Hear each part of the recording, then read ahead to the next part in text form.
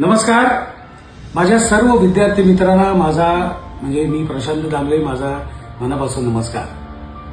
लक्षात घ्या, आता बोर्डाच्या परीक्षा सुरू होत आहेत. 12वीची परीक्षा 10 फेब्रुवारीला आहे आणि 10वीच्या परीक्षा 20 फेब्रुवारीला आहे.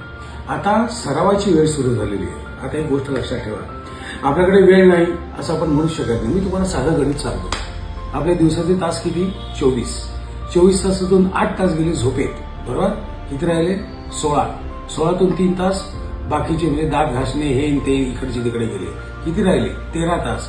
13 तासातून 2 तास टाइमपासला गेले. राहिले किती? 11 तास.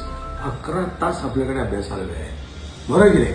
आता समजा अभ्यास करताना तुम्ही 1-2 चॅप्टर्स किंवा 3-4 चॅप्टर्स ऑप्शनला टाकले असतील तर त्याचा विचार करू नका. ओके, समजा 10 पैकी तुम्ही 2 चॅप्टर समजा ऑप्शनला टाकले असतील तर 8 चॅप्टर तुम्ही जे केलेत ना त्याच्यावर घनघोर अभ्यास करा.